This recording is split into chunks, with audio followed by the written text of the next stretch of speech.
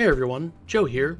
This is another part of a longer discussion with Johannes from Aligned Games. It's a meatier chunk dedicated to something I consider foundational to Infiniwar, Procedural Generation. We discuss how it can be used and misused, whether randomness is actually interesting, and the worrying trend of games that want you to play them like a second job. Part 1 is linked on the screen and in the description if you want to start from the beginning. So you mentioned the devlog of my new... it's not really... I don't want to call it my new game because it's sort of just like a little distraction, little side project called Zombie. Actually, it was going to be called Zombabies, and you were going to play as like an infant zombie. But then I don't know, that just didn't work for me. It just felt weird.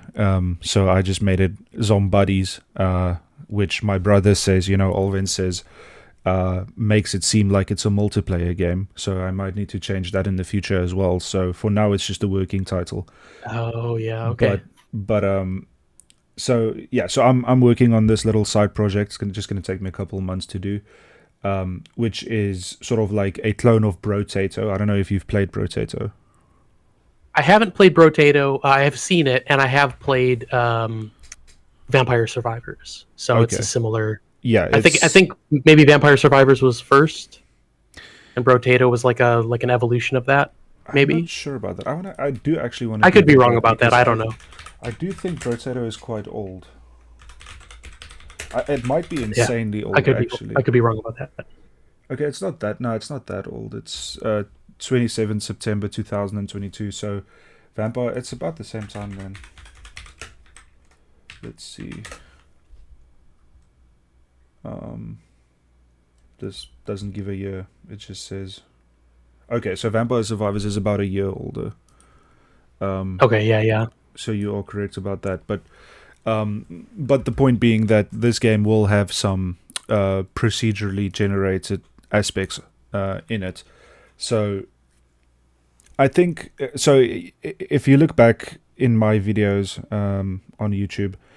I made a video a while back about this one game that I'm developing, and this is a theme. I like to work on multiple things at a time, but I'm developing a game called The Gravebane Curse, and this game I had a big. So this is the game of mine that sort of blew up in YouTube, and I think 2 videos. The third devlog was about why I decided not to do procedural generation. And of course, that had a lot of good feedback and negative feedback being criticism for my way of seeing things. But since that time, I've come around to actually studying up on procedural generation a little bit and challenging myself as a programmer to try and learn these things and maybe not be too opinionated on something that I don't know too much about. So since then, I've come to enjoy some of the aspects of it, and so I wanted to just talk about it a little bit. In your opinion, does it make for good design, and is it something that you are interested in, not necessarily for your own game, but just maybe for a future project? Yeah. So procedural generation is the foundation of Infiniwar. So it's like a huge topic in my mind. Like it's so foundational. I baked it into the name. Like the Infinity in Infiniwar is about replayability. Okay. It's meant, like, the name of the game is meant to communicate. It's a war game that's replayable. And I think a lot of campaign-based war games aren't replayable in that way, or aren't as replayable in that way. So yeah, I wanted to make it like a first-class citizen. Like, it's in the name. Yeah, it's interesting because when I look at games and titles, I don't think about them that deeply. I think you have different types of customers that look at things differently. But now that you said it, Infiniwar, it does seem like it's repeating war. It's an infinity war. So it's interesting to me that I didn't pick up on that. But okay, so like you said, it's a foundational point in your game. Yeah. Like the foundational idea was, I loved World in Conflict. I played it a bunch. I played the multiplayer a bunch. I played the campaigns a bunch. But then, even though I had this sort of like love in my heart for it, I could play it whenever I wanted, but I didn't. And why? And part of that was, if you play enough of the multiplayer, Like it's a good game and it's exciting and it's fun, but the meta is pretty stale. Like the matches, even in multiplayer, kind of play out the same way every time. It doesn't help that everyone in multiplayer plays the same map over and over too, even though there's a whole bunch of maps to play. That's a totally different conversation of like why people end up, why gamers end up sort of optimizing the fun out of their own games, of like instead of playing all the variety, they play the one map over and over because it's the most dense map or whatever. Mm-hmm. And the campaign, you can only play it so many times, and it's the same every time. It's the same 12 missions or whatever it is. Okay. So I was thinking, well, there's these other games that I play a lot more that keep having something for me to come back to. What's different? And it's because World in Conflict isn't designed at all around replayability in that sense. And I never played competitively multiplayer, and I'm sure competitive play is more interesting. It was more public matches, and the public matches always kind of go eventually the same way. After you've played 100 public matches, you've probably seen most of what a multiplayer game has to offer, and I think that goes for most sort of random public online games. Maybe not 100, but like maybe 200, 500, something in there. Yeah. But you start to see the repetition even in multiplayer games with a human opponent. Okay. Okay. So in your opinion, it is sort of this sort of thing that you think can add a lot of fun and value to a game. Yeah, and the ability to like come back to it even if you're not playing it all the time. So one person expressed in the comments that they were really worried about games that are trying to become your lifestyle, games that are trying to be like take up all your free time, and I totally get that. There's a ton of like gross toxic stuff in the game industry, especially with live service games where it's like log in every day to get this thing, log in to do your dailies, and it sounds like chores, it sounds like a second job. And I'm not trying to make that.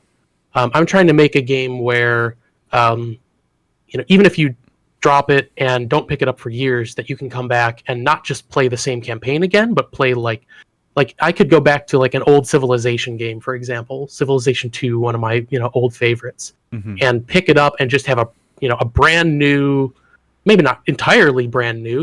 The game does have similarities from playthrough to playthrough, but a new story to tell, new stuff happens, and it would sort of be like old times in a way. That's an interesting way so I'm to looking look at it. looking to recapture that, like something where you could go back and not just replay a thing you already did, but do a new thing. I'm going to play as this new civilization, and with this, I've never played on this map type. There weren't that many knobs to tweak in the old games, but do a new run with a new build, or something like that. I never played this character type in Diablo. Let me go do that. It's not something that's taking up every moment of my life for the next 10 years. It's just something that I can pick up again whenever I feel like it, and get something new and different out of it that I didn't get the last time that I played.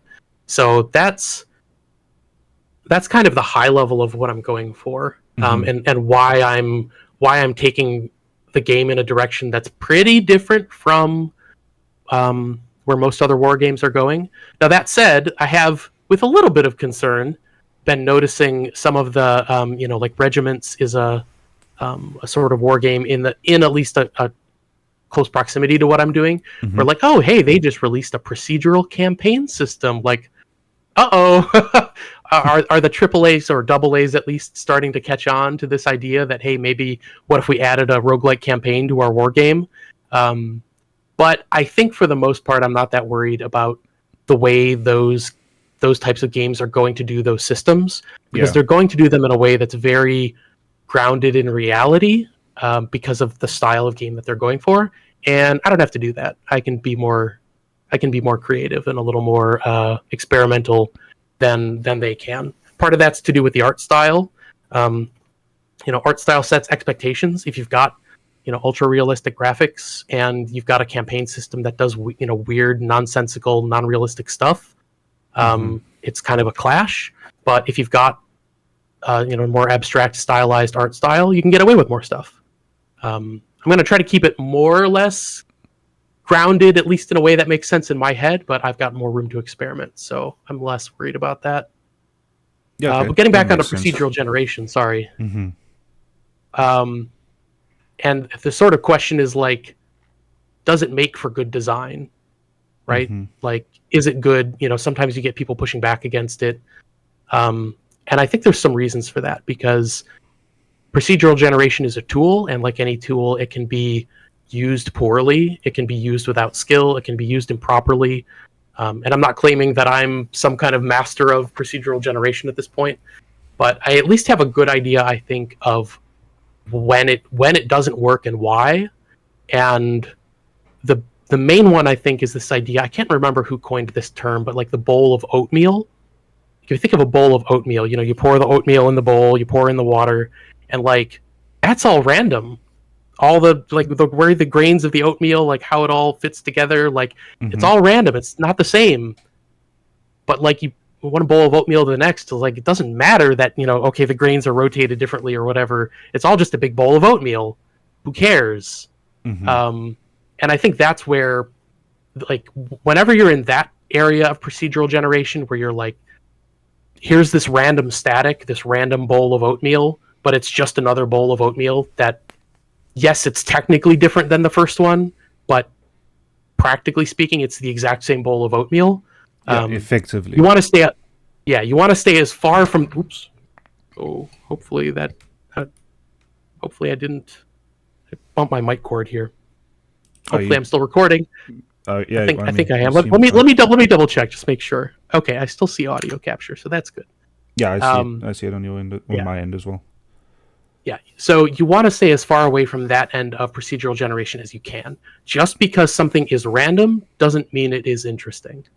That's if I can just take a second on that. That's an interesting thought to me, because it's not something that I've heard, but it is something that I would need to think a bit about, because I can think of use cases for randomness, but minuscule randomness.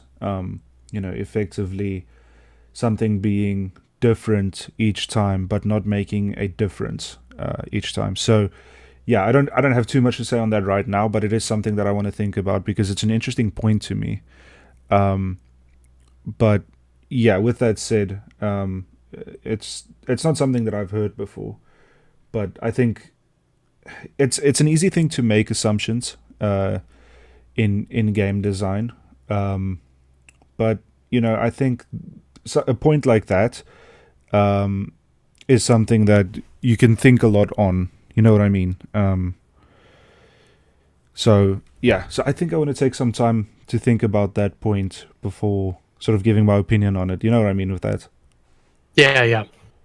It's something that I've thought about a fair amount, because again, the game is basically a thought experiment of what if a real-time tactics war game was heavily based on procedural generation.